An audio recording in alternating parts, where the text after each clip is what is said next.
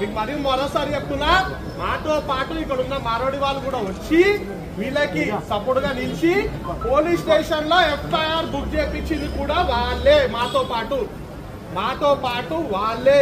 ఇప్పుడు ఎస్సీ సంఘాలు, బీసీ సంఘాలు నాయకులు, అలాగే తెలంగాణ ప్రజలు ఏ విధంగా అయితే ఇలా వీడియో చూసి చాలా భావోద్వేగానికి గురయ్యారో, వాళ్ళు ఏ విధంగా అయితే మాకు అండగా నిలబడ్డారో, వారితో పాటు ఇక్కడున్న పాట్ మార్కెట్ లో మార్వాడి జ్యువెలర్స్ వాళ్ళు కూడా వీళ్ళకి అండగా నిలబడి, ఇది జరిగింది తప్పు, ఒక వ్యక్తి చేసిన తప్పు, కానీ మేము సమాజం మొత్తం మీ వెంట ఉంటాం, మీ వెంబడి ఉంటాం అని చెప్పి ఈరోజు వీళ్ళకి అండగా నిలబడి క్షమాపణ కోరడం జరిగింది. ఈ క్షమాపణ మీకు కోరడం దేనికి?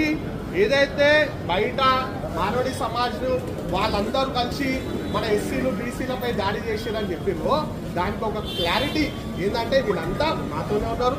మార్వాడి సంఘం అధ్యక్షుడు అశోక్ గారు, పారస్ భాయ్ గారు, శ్యామో గారు, వీళ్ళందరూ కూడా మాతో పాటు నిలబడి డే 1 నుంచి పోలీస్ స్టేషన్ నుంచి ఏదే విధంగా అయితే టకరా బస్సి పెద్దలు ఉన్నారో, యాదన గాని, ధరమన గాని, శ్యామన గాని, వీళ్ళందరూ కానీ ఏ విధంగా అయితే డే 1 నుంచి మాతో పాటు ఉన్నారో, అదే విధంగా వీళ్ళు కూడా మాతో పాటు ఉండి పోలీస్ స్టేషన్ లో ఎఫ్ఐఆర్ దర్జీ చేయించి వాళ్ళకి అండగా నిలుస్తూ ఇక్కడ ఉన్న బస్సు వాళ్ళతోనూ ఉన్నారు. మరీ ముఖ్యంగా బయట ఉన్న మారడోళ్ళకి చెప్తున్నాం, ఈ టకరా బస్సు అనేది అనేక సంవత్సరాల నుంచి ఇక్కడ వ్యాపారం చేసుకోవడానికి వచ్చిన మారడి వాళ్ళకి అండదండగా ఉంది. ఏ రోజు కూడా ఎవరిని డిస్టర్బ్ చేయలే, ఏ రోజు కూడా ఒక మాట అనలేదు. మేమంతా కలిసిమెలిసి ఉంటాం, రానున్న కాలంలో కూడా కలిసిమెలిసి ఉంటాం అని చెప్పే ఒక ఉదాహరణ ఈ ప్రెస్ మీట్. మీకు ఇంకా చాలా విషయాలు అసోసియేషన్ సభ్యులు వాళ్ళు కూడా చెప్తారు, ఏ విధంగా అయితే మేము కలిసిమెలిసి ఉంటామని చెప్పి వాళ్ళు మాకు అప్రోచ్ అయ్యారు, అదే విధంగా మేము కలిసిమెలిసి ఉంటాం.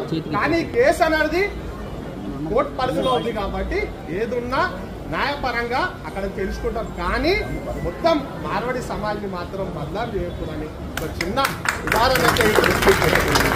ఎందుకంటే బాధితులకు అండగా మనతో పాటు వాళ్ళు కూడా నిలబడ్డారు, మనతో పాటు పోలీస్ స్టేషన్కి వచ్చిర్రు, వాళ్ళు కూడా నిలబడ్డారు.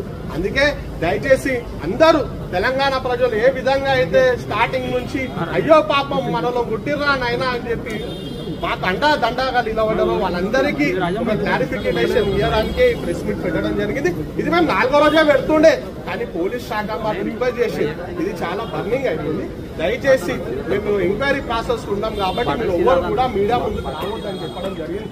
దాని దిక్కే సాయి గారు కానీ, సాయిదాదా గారు కానీ, అరుణ్ గారు కానీ ఏం నాడు కూడా మీడియా ముంగడికి రాలేదు.